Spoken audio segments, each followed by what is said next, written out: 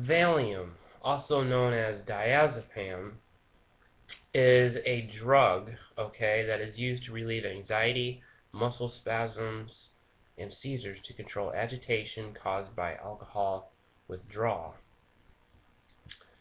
And an important thing to talk about in this video would be the fact that research has shown that listening to 30 minutes of classical music may produce calming effects equivalent to taking 10 milligrams of this Valium or diazepam.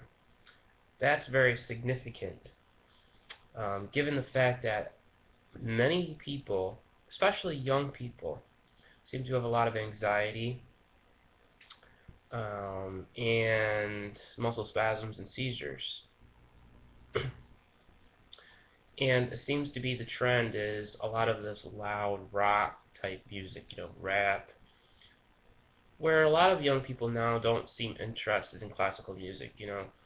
Many people think, oh, that's boring, I don't like listening to classical music, that's for old timers, and,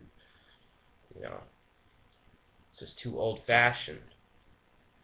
Yet classical music can be a very powerful tool when it comes to actually relieving stress in creating a healthier body.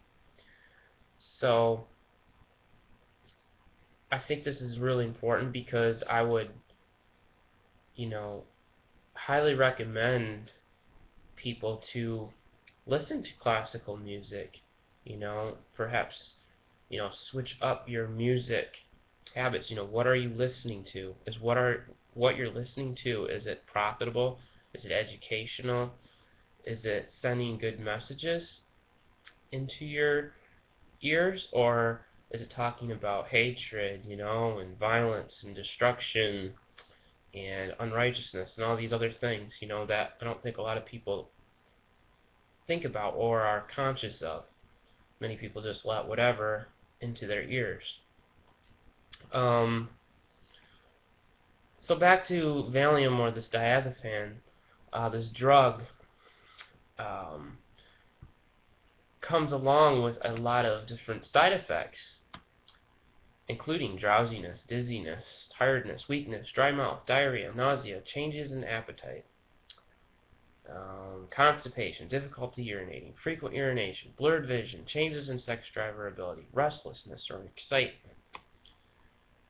And you could even have symptoms of seizures, shuffling walk, fever, difficulty breathing or swallowing, severe skin rash, yellowing of the skin or eyes, and irregular heartbeat.